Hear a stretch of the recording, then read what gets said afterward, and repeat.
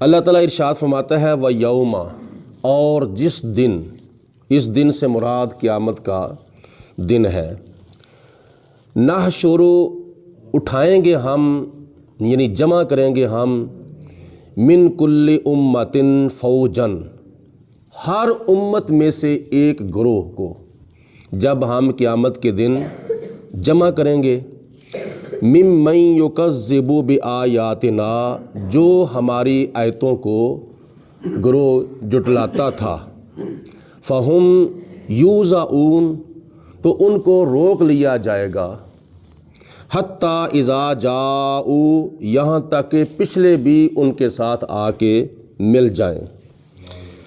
قال، اللہ تعالیٰ پھر ان کو ارشاد فرمائے گا، اکذبتم بآیاتی، کیا تم میری آیتوں کو جٹلاتے تھے، ولم تحیطوا، اور یہاں تک کہ تمہارا علم جو ہے وہ ان بہا، ان آیتوں تک نہیں پہنچا تھا، یعنی ولم تحیطوا بہا علما، تم نے میری آیتوں کو سمجھا نہیں تھا، اما ذا کنتم تعملون۔ تو اللہ پاک کی ذات بابرکات نے ارشاد فرمایا ہے کہ قیامت کے دن ہم آدم علیہ السلام کی امت سے لے کر حضور صلی اللہ علیہ وآلہ وسلم کی امت تک تمام نبیوں کی امتوں میں سے ایک ایک گروہ کو اٹھا کر ہم جمع کریں گے، یعنی جو ہر امت کے سرکردہ لوگ ہوں گے، یعنی مؤثر قسم کے لوگ ہوں گے۔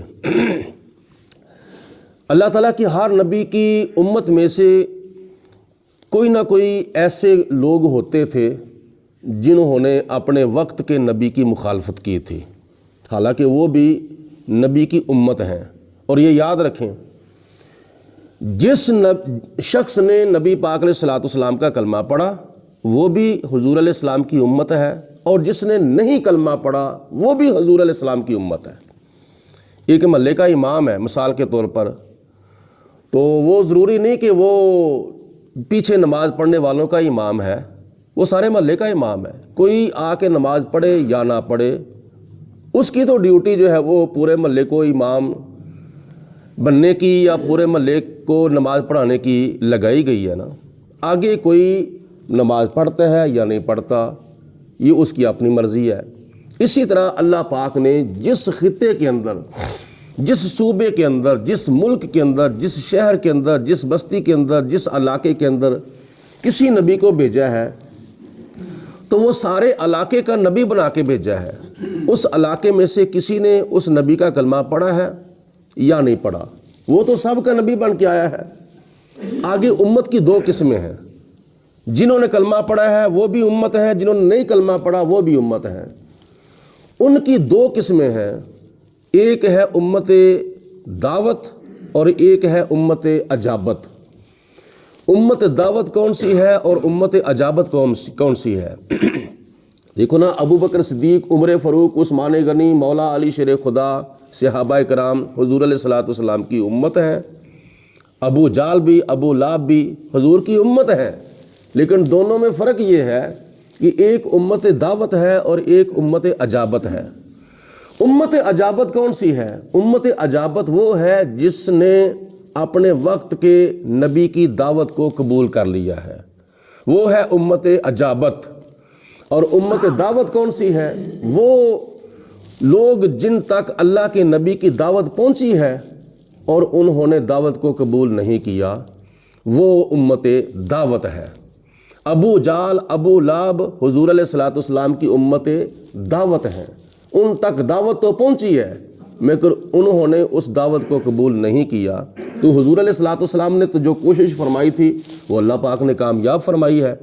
حضور علیہ السلام نے فرمایا کہ میں تبلیغ کرتا رہوں گا، میں جہاد کرتا رہوں گا، میں دین کے معاملے میں کوشش کرتا رہوں گا، یہاں تک کہ یہ میری دعوت حق، میرا یہ دین دنیا کے کنارے تک پہنچ جائے۔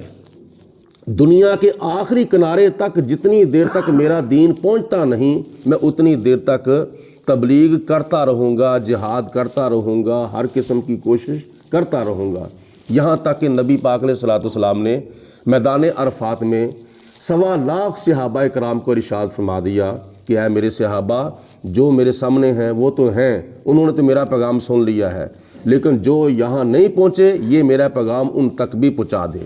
وہ 1.25 صحابہ کرام نے پھر نبی پاک علیہ الصلوۃ والسلام کا پیغام دنیا کے کونے کونے تک ایسے پہنچایا جیسے پہنچانے کا حق ہے، اور پھر کافی بہت سی فتوحات صدیق اکبر کے دور میں ہوئیں، عمر فاروق کے دور میں ہوئیں، عثمان غنی کے دور میں ہوئیں، مولا علی شیر خدا کے دور میں ہوئیں، حضرت امام حسن کے دور میں ہوئیں، حضرت امیر معاویہ رضی اللہ تعالیٰ عنہ کے دور میں بہت سی فتوحات ہوئیں۔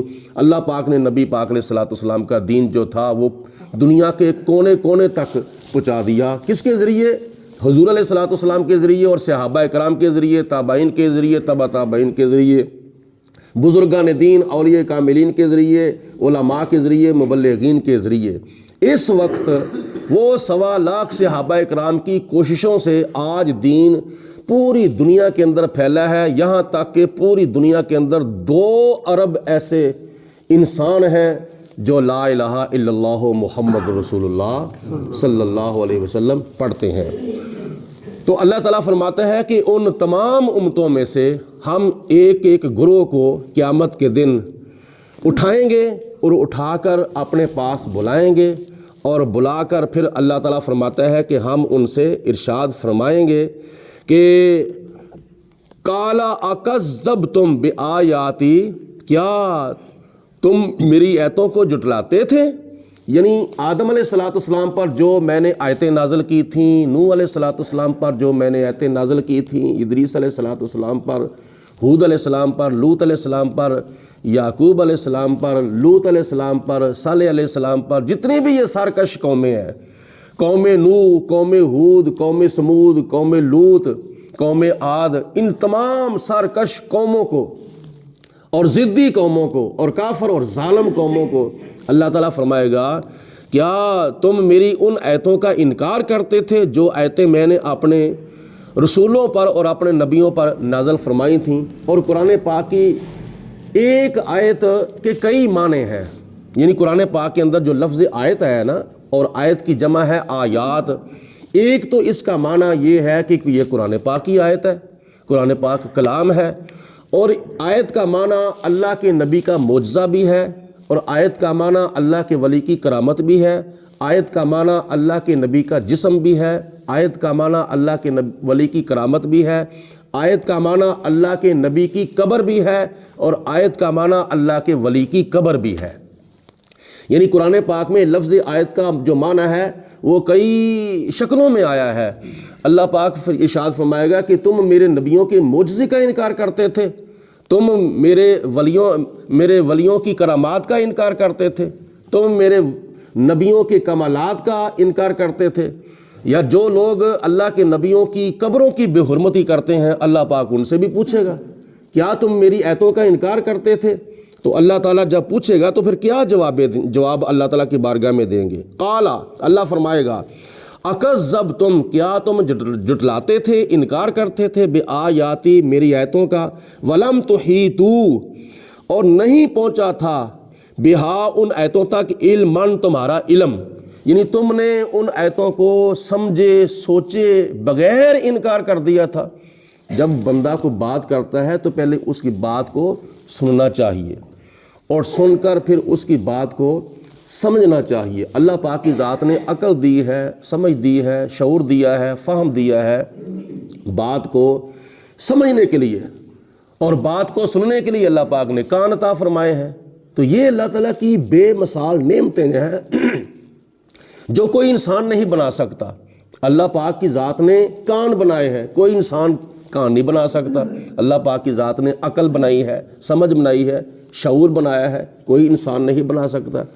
اور پھر یہ بھی اللہ تعالیٰ کی ہمارے اوپر اتنی کرم نوازی ہے کہ بعض نعمتیں ہم اللہ تعالیٰ کی بارگاہ سے مانگتے ہیں، یا پروردگار عالم ہمیں فلاں نعمت عطا فرما، فلاں نعمت عطا فرما، فلاں نعمت عطا فرما، لیکن وہ بے شمار نعمتیں اور ان گنت نعمتیں اور بے حد و بے حساب نعمتیں جو ہم نے اللہ پاک کی بارگاہ سے مانگی بھی نہیں ہیں، اللہ پاک نے بغیر مانگنے کے وہ نعمتیں ہمیں عطا فرمائی ہیں۔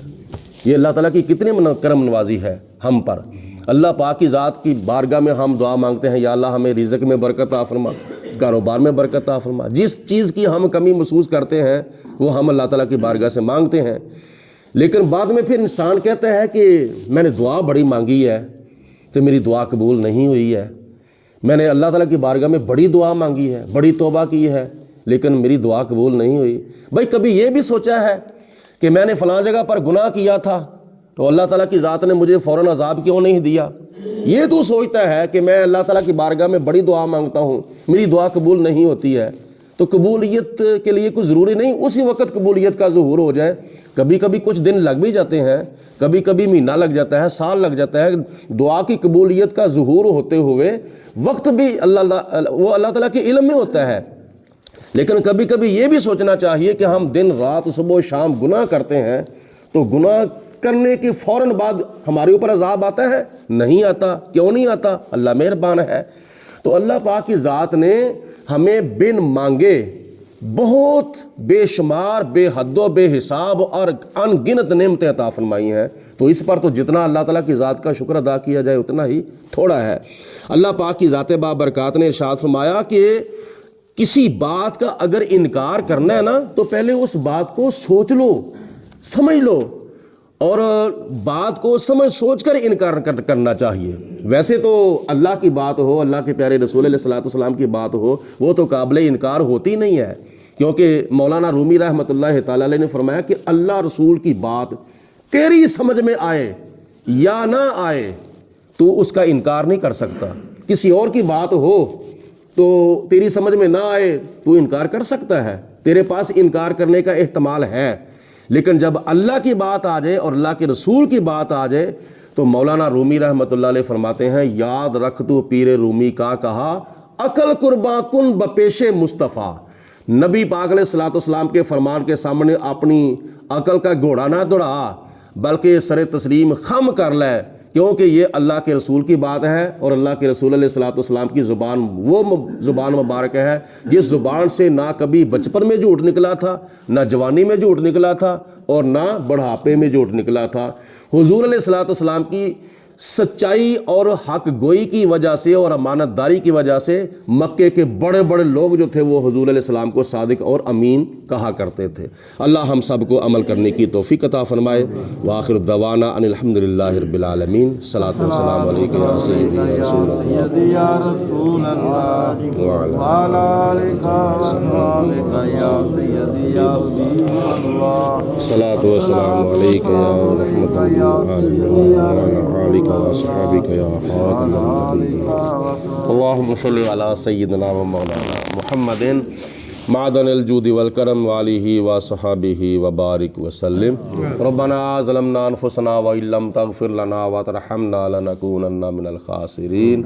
اللہم أید الاسلام والمسلمین، اللہم أید الایمان والمؤمنین، لا الہ الا انت سبحانک انی کنت من الظالمین۔